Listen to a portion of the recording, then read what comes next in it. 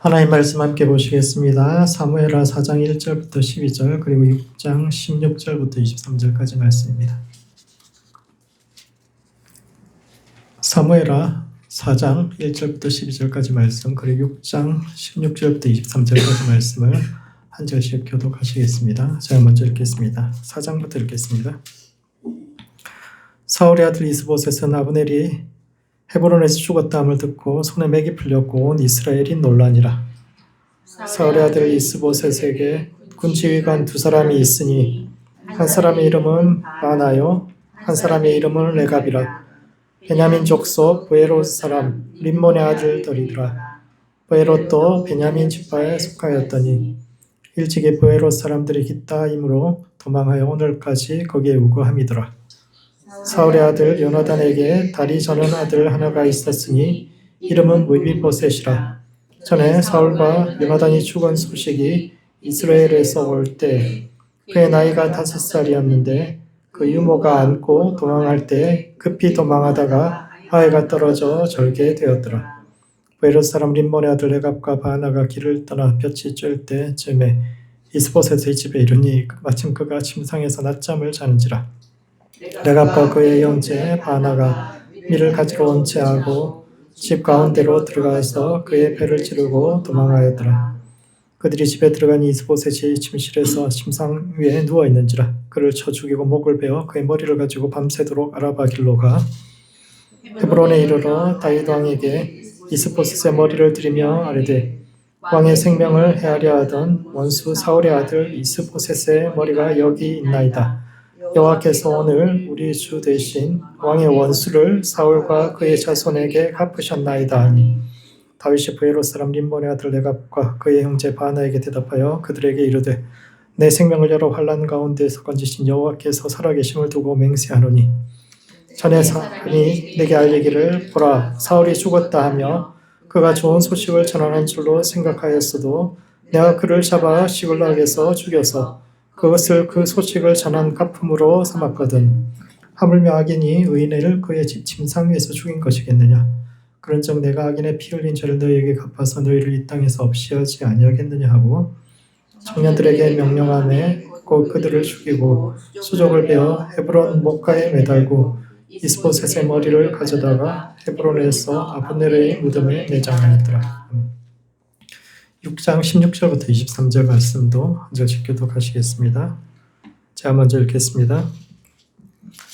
여호와의 궤가 다윗성으로 들어올 때 사울의 딸 미갈이 창으로 내다보다가 다윗 왕이 여호와 앞에서 뛰놀며 춤추는 것을 보고 심중에 그를 업신여기니라. 여호와의 궤를 메고 들어가서 다윗이 그것을 위하여 친 장막 가운데 그 준비한 자리에 그것을 두매 다윗이 번제와 화목제를 여호와 앞에 드리니라. 다윗이 번제와 화목제 드리기를 마치고 만군의 여호와의 이름으로 백성에게 축복하고 모든 백성 곧 그 온 이스라엘 무리에게 남녀를 막론하고 떡 한 개와 고기 한 조각과 건포도 떡 한 덩이씩 나누어 주매 모든 백성이 각기 집으로 돌아가니라. 다윗이 자기의 가족에게 축복하러 돌아오매 사울의 딸 미갈이 나와서 다윗을 맞으며 이르되 이스라엘 왕이 오늘 어떻게 영화로우신지 방탕한 자가 염치 없이 자기의 몸을 드러내는 것처럼 오늘 그의 신복의 계집종의 눈앞에서 몸을 드러내셨도다 하니 다윗이 미갈에게 이르되 이는 여호와 앞에서 한 것이니라. 그가 내 아버지와 그의 온 집을 버리시고 나를 택하사 나를 여호와의 백성 이스라엘의 주권자로 삼으셨으니 내가 여호와 앞에 뛰놀리라. 내가 이보다 더 낮아져서 스스로 천하게 보일지라도 내가 말한 바 계집종에게는 내가 높임을 받으리라 한지라. 그러므로 사울의 딸 미갈이 죽는 날까지 그에게 자식이 없으니라. 아멘. 사무엘서에는 사울의 죽음만이 아니라 사울의 아들, 손자의 죽음, 그리고 사울의 딸과 그녀들이 낳았던 아이들의 최후까지도 다루고 있는데 그들의 사울의 후손들의 마지막 모습을 통해서 그들의 삶과 실패가 오늘을 살아가는 우리의 삶과 신앙에 던지는 의미가 무엇인지에 대해 함께 생각해 보는 시간을 갖도록 하겠습니다. 첫 번째, 이름을 바꿔야 합니다. 사울에 이어 북이스라엘의 왕이 되었던 이스보셋은 부하들에 의해 살해되고 그의 머리는 헤브론에서 아브넬의 무덤에 함께 매장되었는데 이는 첫 번째, 사람은 뿌린 대로 거두게 되어 있습니다. 이스보셋은 사울의 넷째 아들인데 요나단과 블레셋이 이제 요나단과 그 사울이 블레셋과의 전투에서 패배하고 죽은 후에 이제 북이스라엘의 왕이 되어서 나라를 2년 동안 이끌었는데 실권이 없는 왕이었습니다. 사울이 죽은 뒤에 12지파 중에서 가장 강력했던 유다는 다윗을 왕으로 세워서 이제 독립해서 떨어져 나갔고, 그러니까 이제 그것을 막기 위해서 군대를 보내는데 오히려 그들이 패배하고 돌아옵니다. 뿐만 아니라 그의 왕권은 내부적으로도 많은 도전을 받았는데 대표적으로 군대 장관 아브넬이 전권을 쥐고 흔들기 시작합니다. 근데 아브넬은 군대 장관일 뿐만 아니라 왕가의 큰 어른입니다. 사울의 사촌 동생이에요. 즉 이스보셋가 오촌 아저씨 뻘이 되는 거죠. 그냥 보통 사람이 군권을 잡고 흔들어도 문제인데 이 사람이 왕의 개성권이 있는 사람이에요. 좀 순서가 떨어지기는 하지만 이 사람도 왕이 될 수 있는 자격이 있는 사람이니까 그 사람이 군권을 잡고 흔드니까 이스보셋이 이제 굉장히 괴롭고, 그런데다가 이 사람이 이제 사울의 첩을 하나를 데리고 와서 이제 같이 살았거든요. 고대 세계에서 전왕의 첩을 취한다는 것은 자신의 왕권을 주장하는 것과 다를 바. 그러니까 유목 사회이기 때문에 이제 이기고 나면 진 사람들의 그 아내들을 자기가 다 거두어줘야 됩니다. 좋게 이야기하면 거두어줘야 되는 거고 다 차지하게 되는 거죠. 그러니까 전왕의 아내를 취했다라는 것은 이 사람이 자신의 왕권을 주장하는 것이 될 수 있습니다. 그러니까 이제 이스보셋이 항의를 하죠. 아니 아버지 후궁이었는데 어떻게 그럴 수 있냐고 막 이랬더니 오히려 이 사람을 적반하장으로 막 화를 내기 시작합니다. 내가 유다의 개대가리냐 막 이렇게 이야기하는데 내가 유다의 스파이냐 이런 뜻이거든요. 근데 자기가 아니었으면 사울 왕가가 지금까지 지탱도 되지 않았을 것이다 이런 이야기를 하는 겁니다. 하나님께서 다윗을 왕으로 세우셨다는 걸 사람들이 다 알지만, 그리고 그 하나님의 예언이 있음에도 불구하고 자기는 그래도 의리가 있어가지고 그 사촌형 사울에 대한 의리가 있어서 지금까지 사울 왕가를 내가 이렇게 지탱시키기 위해서 이렇게 노력하고 있는데 아니 여자 하나도 내가 마음대로 못하느냐 이렇게 하면서 적반하장으로 막 화를 내기 시작하더니 그 앞에서 그러다가 막 대놓고 그렇게 이야기를 합니다. 이제부터는 하나님께서 말씀하시는 대로 하나님이 다윗을 왕으로 세우셨으니까 내가 그 다윗 왕 되는데 앞장서서 노력할 거라고, 그리고 화를 내고 남쪽으로 내려가 버립니다. 북왕국의 현직 군대 장관이 총참모장이 남왕국에 내려가가지고 다윗하고 만나가지고 우리 남북 통일 잘 합시다 하고 악수하고, 심지어 올라와가지고 북왕국 장로들 만나서 돌아다니면서 우리가 한나라인데 같이 해야지 이렇게 언제까지 이러고 있었겠냐, 다윗 왕을 세우고 우리 어느 정도 이권 보장받고 다 합의를 다 기가 막힐 노릇이, 왕이지만 실권은 전혀 없고 그냥 그랬습니다. 어처구니 없는 일이 벌어지죠. 다행히도 아브넬이 그를 싫어한 유다의 군대 장관 요압에게 암살당. 요압 입장에서는 아니 통합되고 나면은 저쪽 자리를 좀 보장해줘야 되니 자기 자리가 위태로울 것 같으니까 또 자기 동생을 좀 전쟁터에서 죽였다는 원한도 있고 이러니까 이제 아브넬을 암살하게 되고, 그러니까 이스보셋은 그나마 그래도 가만히 있었으면 그냥 자기 의사와 상관없이 나라가 통일될 판이었는데 아브넬이 죽으면서 그게 이제 전부 다 유야무야되고 다시 한번 자기가 이제 왕권을 쥐고 나라를 세울 마지막 기회를 잡았는데 그것도 부하들의 암살로 이루지 못하고 결국 재위 2년 만에 죽습니다. 왕이지만 왕으로서의 권력을 한 번도 누려보지 못했던 사람, 그리고 주변 사람들에게 휘둘리다가 암살당한 비운의 주인공처럼 보이지만 이것은 모두 인과응보요 그가 뿌린 씨앗의 열매입니다. 오늘 본문 중간에는 요나단의 아들 무이보셋 이야기가 나오는데 그는 5살 때 아버지와 할아버지가 전쟁터에서 죽었다는 소식을 듣고 유모가 그를 안고 급히 도망치다가 떨어뜨려서 다리를 절게 되었는데 이때 이 아이의 생명을 노린 사람은 누구였을까요? 누가 이 무이보셋의 생명을 노렸을까요? 흔히 우리는 습관적으로 사울이 블레셋에게 패배했으니까 블레셋 사람들이 거기까지 쳐들어왔을 것이다 이렇게 생각을 하지만 정말 그럴까요? 전쟁이 보통 수도에서 일어나는 게 아니에요. 이스라엘 들판 여기서 수도에서 한 며칠을 가야 되는 그 들판에서 일어난 일인데, 그리고 아무리 한 번의 전투에서 패배했다고 해도 아직 왕성이나 수도에는 그것을 수도 방어할 병력이 충분한데 어느새 그 사람들이 쳐들어와가지고 유모가 얼마나 급했으면 막 들고 다니다가 사울과 요나단이 죽었을 경우 무이보셋은 왕위 계승서열 1위란 말이에요. 왕의 손자 1인데 최소한 이 아이를 보호할 사람들이 굉장히 많이 있어야 되는데 그 왕궁에서 무엇이 얼마나 생명이 급했으면 유목 안고 가다 팍 떨어뜨릴 정도로 그렇게 이 아이를 5살밖에 되지 않은 이 아이를 위협했던 것이 블레셋 사람들이었을까요? 아니면 그의 삼촌들이었을까요? 누가 노렸는지 나오지 않아요.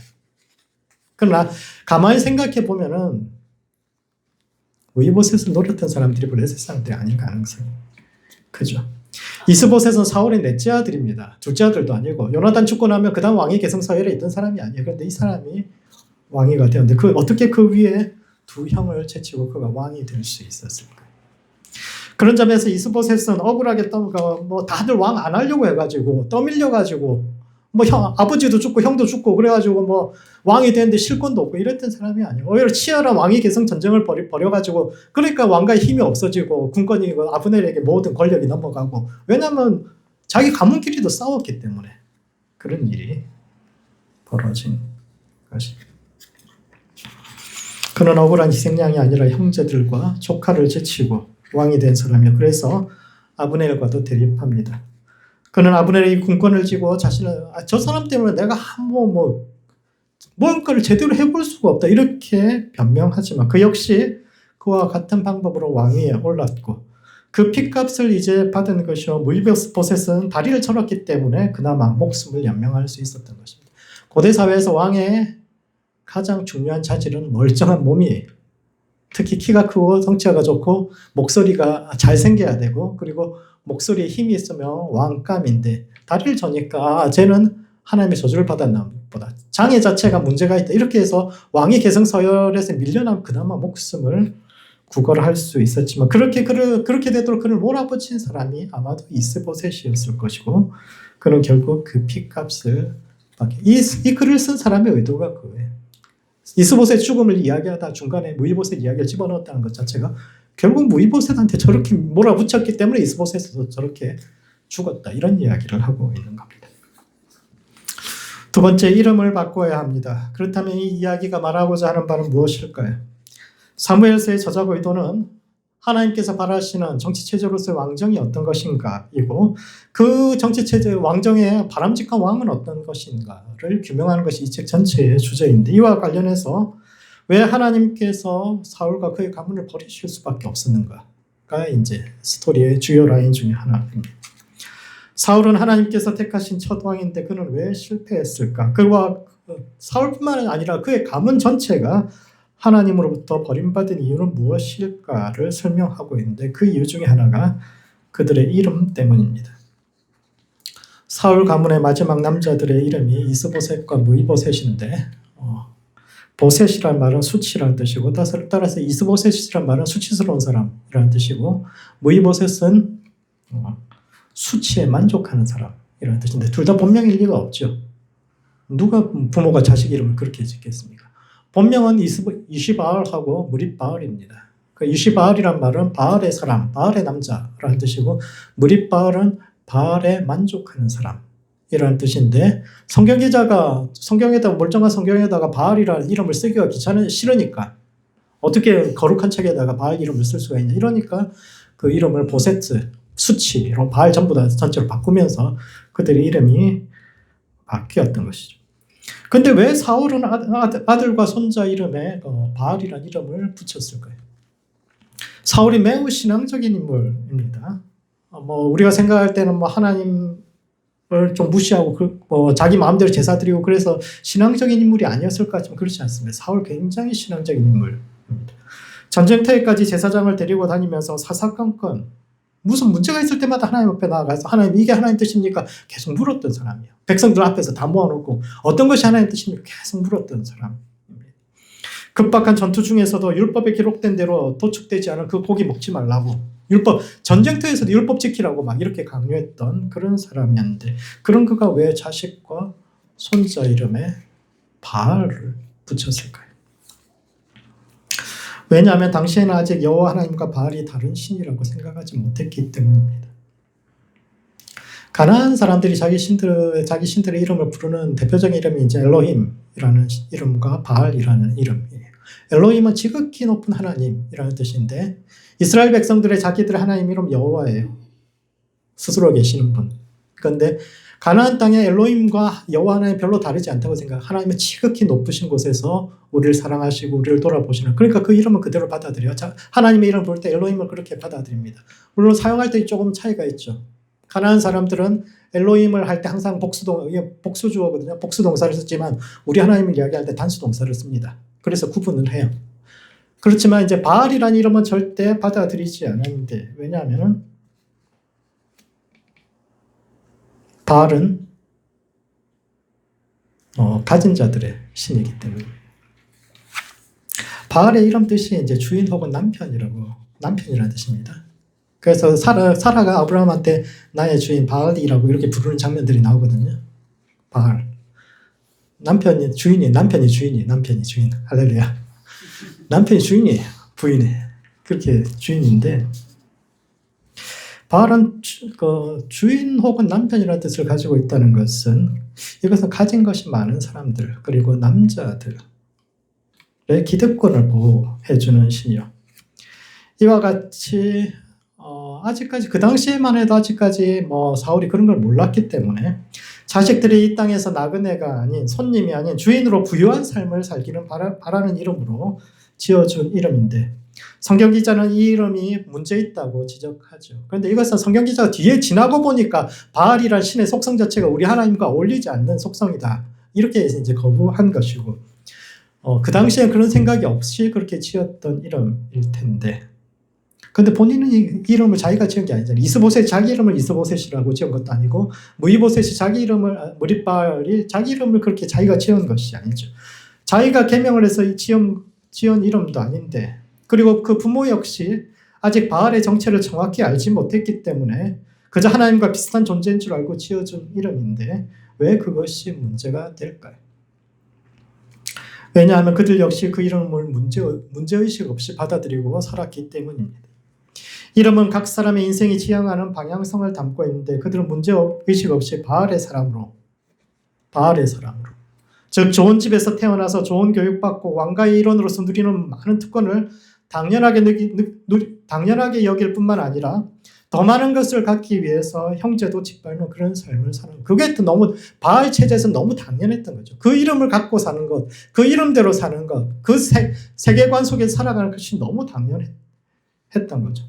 바알의 사람으로 사는 것, 즉 청지기가 아닌 하나님께서 우리에게 맡겨주신 이것을 소명을 가지고 감당한 때가 될 때까지, 어느 순간까지 우리가 맡아 있는 것이 아니라 이 땅에서 내가 주인이고 내 마음대로 내가 중심이 되어서 살아가는 그 삶에 물들어 있었기 때문에, 그걸 문제의식도 그게 너무 당연하다고 생각하며 살았기 때문에 결국 그들이 망하게 됩니다.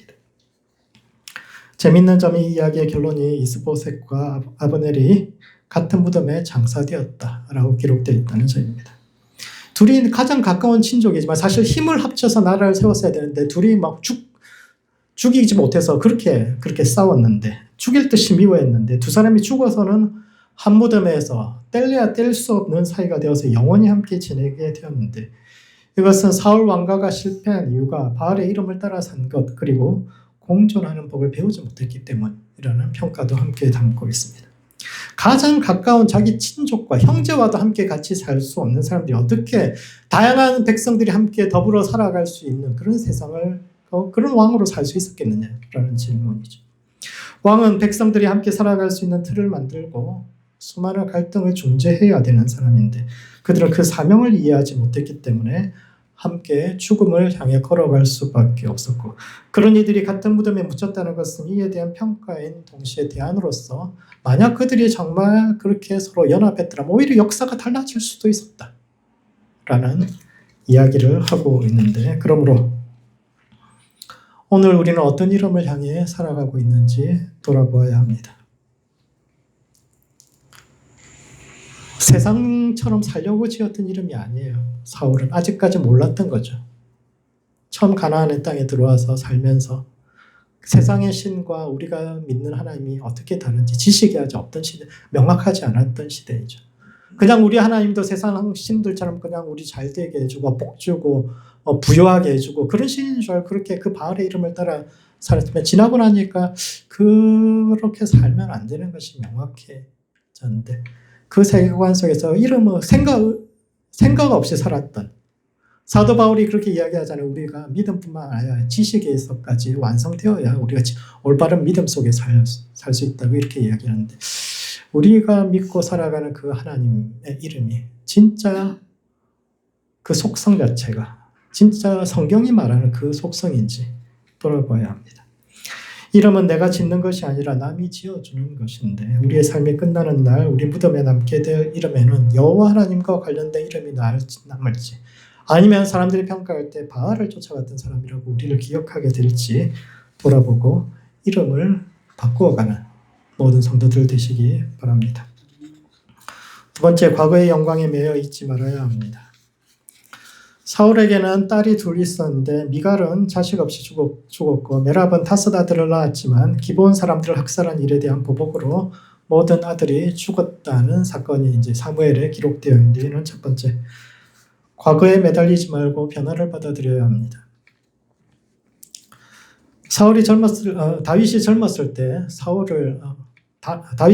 사울이 그를 사위 삼으려고 이제 중간에 매파를 보냅니다. 만약 다윗이 블레셋 사람 100명을 죽이고 그들의 양피 100개를 가져오면은 딸을 주겠다. 이렇게 사울이 직접 이야기한 건 아니고 이름도 밝혀지지 않은 어떤 무명의 사람을 통해서 전달을 한 겁니다. 다윗은 나는 평민인데 어떻게 내가 공주하고 결혼해서 부마가 되겠냐 이랬더니 지참금도 필요 없고 블레셋 꼴보기 싫으면서 블레셋 사람 100명만 죽이고 오면은 왕이 너 사위 삼아준단다 이런 이야기를 듣죠. 그래가지고 나와서 200명을 죽이고 돌아와요. 그래서 막 왔는데 딸 줄 딸을 안 줘요. 큰 딸이 메랍이었는데 사울이 이제 딴 사람한테 시집 보내버립니다. 자기가 직접 이야기하지 않았거든요. 중간에 사람을 통해서 했는데 다윗은 뭐 따질 수도 없는 거죠. 왜 안 주지? 왜 딸을 안 주지? 막 이렇게 생각을 했는데 아마도 사울은 진짜 딸을 줄 생각이 없었던 것 같아요. 그냥 다윗이 이제 너무 인기가 많으니까 어디 가서 블레셋 사람들하고 둘이 싸우다가 어떻게 되면 좋겠다 싶어서 위험한 데 던져놨는데 멀쩡하게 살아 돌아오고 딸 안 주나 이렇게 하고 서로 이제 불편한 그런 시점이었는데 그때 이제 둘째 딸이었던 미갈이 손들고 나 다윗한테 시집 가고 싶어 이렇게 이야기하거든요. 그래서 둘이 이제 세계의 로맨스가 맺어지게 됩니다. 공주와 평민 사이에 세계의 로맨스가 완성되었죠. 그런데 둘의 결혼 생활은 결코 순탄하지 않았는데 왜냐하면 다윗과 사울 사이도 별로 좋지 않았지만 다윗과 미갈이 살아온 삶의 환경이나 가치관이 너무 달랐기 때문입니다. 그리고 그 둘의 갈등을 결정적으로 보여주는 사건이 이제 언약궤가 예루살렘에 들어올 때 그 앞에서 춤추는 다윗을 향해 미갈이 참 천박하다 이렇게 비난한 장면입니다. 오늘 함께 읽었던 본문에서 미갈이 그렇게 이야기하죠. 오늘 왕이 얼마나 영화로우신지 방탕한 자가 염치 없이 자기 몸을 드러내는 것처럼 그의 신복의 계집종의 눈앞에서 몸을 드러내셨다라고 이야기하는데 이게 이제 얼마나 미갈이 굉장히 기족적인 문화에 자랐는지를 보여줍니다. 기족적인 문화는 뭡니까? 뭐 몸을 좀 보이면 안 돼요. 그러니까 꽁꽁 싸매고 있는 거. 그게 이제 굉장히 기족적인 문화. 그러니까 천한 사람들이나 나시 입고 돌아다니는 거예요. 기족일수록 더워도 아주 코트 입고 돌아다니고 아주 교양 있고 이런데 그런 부인이 보기에 다윗이 너무 천박한 겁니다. 다윗 입장에서는 하나님의 괴가 들어오니까 얼마나 좋았어. 막 춤췄는데 춤춰도 옷이 좀 흘러내렸어요. 옷이 흘러내렸는데 뭐 기껏해야 상의가 약간 흘러내린 이 정도기도 막 바지가 벗겨지거나 이런 정도는 아니었을 거란 말이에요. 그런데 그 약간 흘러내는데 그거 보고 저 봐라 천박해가지고 뭐 흘러내리면 얼마나 흘러내렸다고 그렇게 면박을 줍니다. 왕이 자기뿐만 아니라 왕비인 자기 체면도 미갈 체면도 떨어뜨렸다고. 그 가족들 다 보는 앞에서 대놓고 막 면박을 주는데 이런 그녀를 성경 기자는 사울의 딸 미갈이라고 표현하고 있습니다. 사람은 여러 가지 정체성을 가지고 살아가는데 미갈도 사울의 딸이자 다윗의 아내이며 또 이스라엘의 왕비로 살아가는데 그 중에서 그녀에게 가장 중요했던 정체성이 바로 사울의 딸이라는 정체성이었고 이것은 그녀가 가장 행복했던 시절이 그 시절이었다라는 것을 이야기하고 있죠.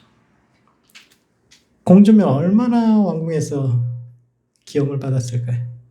모든 사람들이 지나가면 뭐 공주 보면은 와 박수 쳐주고 귀엽다고 하고 막 아니 애들은 남들 하는 거 다 하잖아요. 똥만 싸도 사람들이 박수 쳐주잖아요. 어른이 똥 싸면 어떻게 되겠어? 애기는 똥만 싸도 와 박수 쳐주고 막 그런데 공주가 그러니 얼마나 누가 지나가면서 뭐라고 한마디를 하는 사람이 있습니까? 뭘 하고 싶은 거 뭐든지 하지 갖고 싶은 거 뭐든지 뭐 너무너무 행복한 시절을 살았는데 그 시절을 잊지 못하고 과거에 매여 있습니다. 다윗이 미갈한테 굉장한 대우를 해주거든요. 다윗이 도망 다닐 때 다윗을 뒷바라지했던 부인이 둘 있어요. 미갈은 이제 사울이 이제 이혼시켜가지고 딴 사람한테 시집 보내고 다윗이 십몇 년을 도망 다니는 동안에 아비가일하고 이스라엘인가 아히노암인가 두 여자가 있잖아요. 그 고생하면서 돌아다닐 때 이 두 여자가 참 서포트했거든요. 그런데 일부인은 미갈입니다. 다윗이 그 의식을 다 마치고 들어왔을 때 미갈이 앞장서서 나와서 이야기를 했다는 것은 그 다른 부인과 다른 아이들 앞에서 제일 앞에 나와가지고 이 내명부의 주인이라는 뜻이에요. 내정은 전부 다 이 여자가 한다라는 뜻입니다. 다른 부인들보다 이 사람이 앞서 있다는 뜻이에요. 그 지위가 더 높은 거예요. 그런데 다윗이 그렇게까지 해준 거예요. 자기가 고생했던 그 부인들보다 미갈을 대우를 해준 거예요. 그런데 그 미갈이 와가지고 이야기하는 것이 오늘 왕이 얼마나 놀라운 비아냥 되는 것인데 미갈은 다윗과 함께 부부로서 힘을 합쳐서 함께 꿈꿔야 할 미래를 생각하지 않고 과거에 머물러서 주변 사람들이 자기를 그렇게 떠받들어 주던 그 시절의 공주처럼 그렇게 해주지 못했기 때문에 실패했고 이것이 사울 왕가가 실패한 요인 중 하나입니다. 성경 기자가 사울 가문의 남자들뿐만 아니라 여자들의 삶까지 끝까지 추적하여서 기록한 이유는 사울의 실패가 개인의 실패가 아니라 그들 가문 전체의 실패이기 때문이요. 그중 하나가 그들이 가야 할 미래가 아니라 늘 과거를 돌아보면서 과거에 영화로웠던 그 시절에 과거에 그때 그곳에 머물러 있었기 때문에 그들은 미래로 갈 수 없고 그래서 그 가문이 실패했다라고 이야기하고 있습니다. 마지막으로 자신들의 욕심을 하나님의 정의로 포장하지 않아야 합니다. 사울 가문에 닥친 마지막 비극은 사울의 딸 메랍의 5 아들이 처형당한 사건입니다. 사무엘하 21장에는 다윗의 재임 말년에 3년 영서 큰 기근이 들었던 사건이 나오고 있습니다. 하루 이틀 비가 오지 않으면 그러려니 했을 텐데 3년 연속 비가 오지 않으니까 다윗이 하나님 앞에 나와서 하나님 혹시 이것이 뭔가 우리가 하나님 앞에 잘못한 것이 있습니까? 여쭈어봤더니 하나님께서 사울의 집이 기브온 사람들의 피를 이유 없이 흘렸기 때문이요 그들의 억울함을 풀어줘야 비가 내릴 것이다 이렇게 말씀합니다.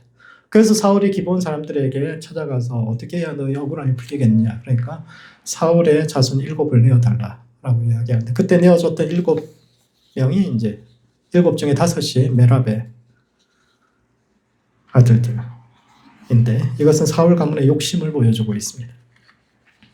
기브온 사람들은 가나안 원주민이지만 여호수아 시대에 이스라엘의 영주권을 받은 사람들입니다.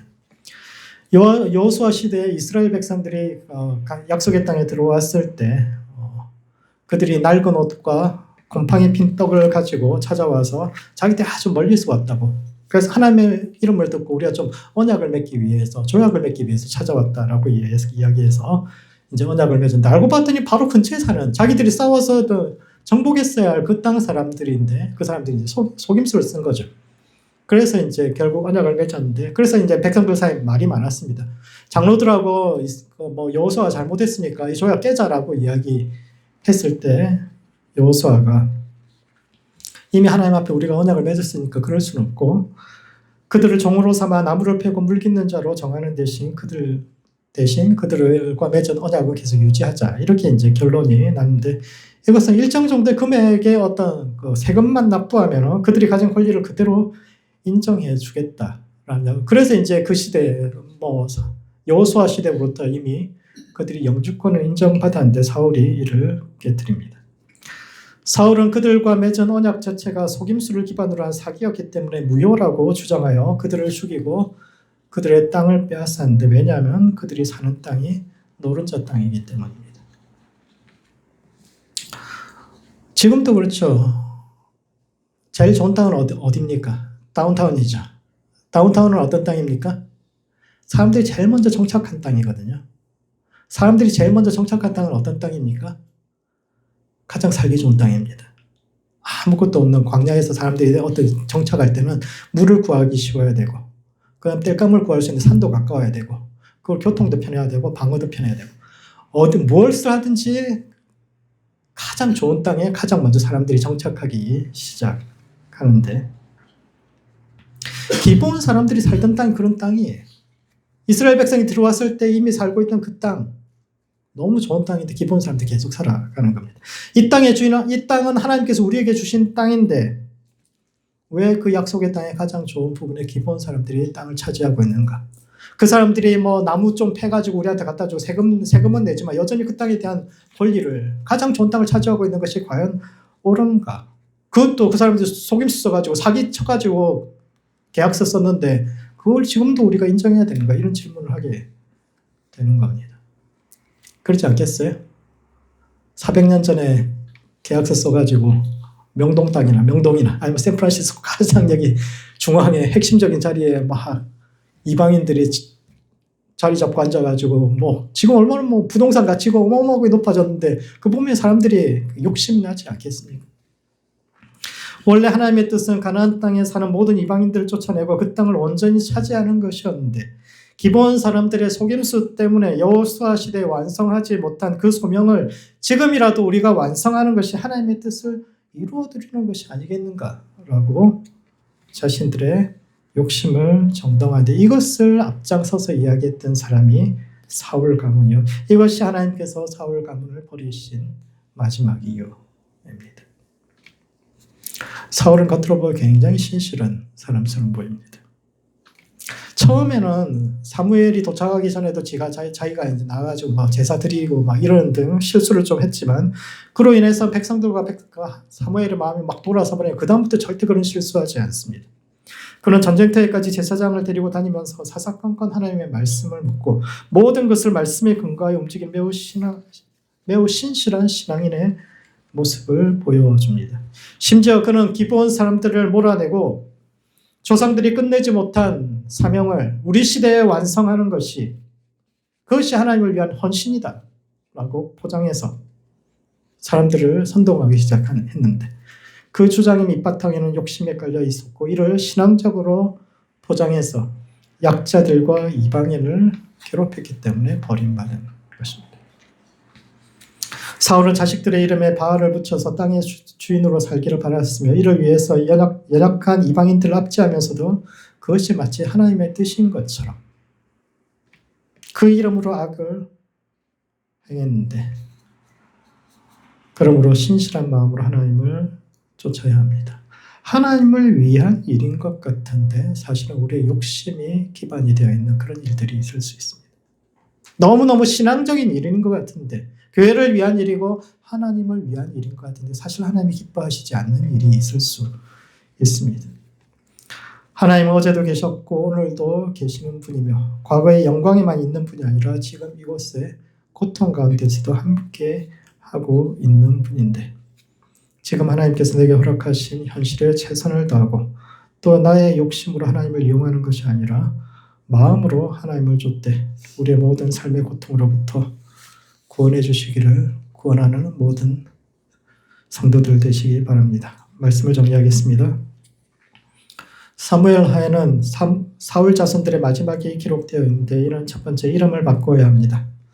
사울의 넷째 아들 이스보셋은 주변 사람들에게 실권을 뺏기고 허수아비 왕처럼 살다가 갔지만 이것은 그가 뿌린 씨앗의 결과요. 궁극적으로 바알의 이름을 문제의식 없이 받아들여 남들 위해 서고 뺏는 것을 당연하게 받아들였기 때문이요. 하나님의 백성은 다양한 사람들이 함께 더불어 살아갈 수 있는 공존의 틀을 만들어 가야 하는데 오늘 우리는 어떤 이름에 가까운 삶을 살고 있는지 돌아보는 성도들 되시기 바랍니다.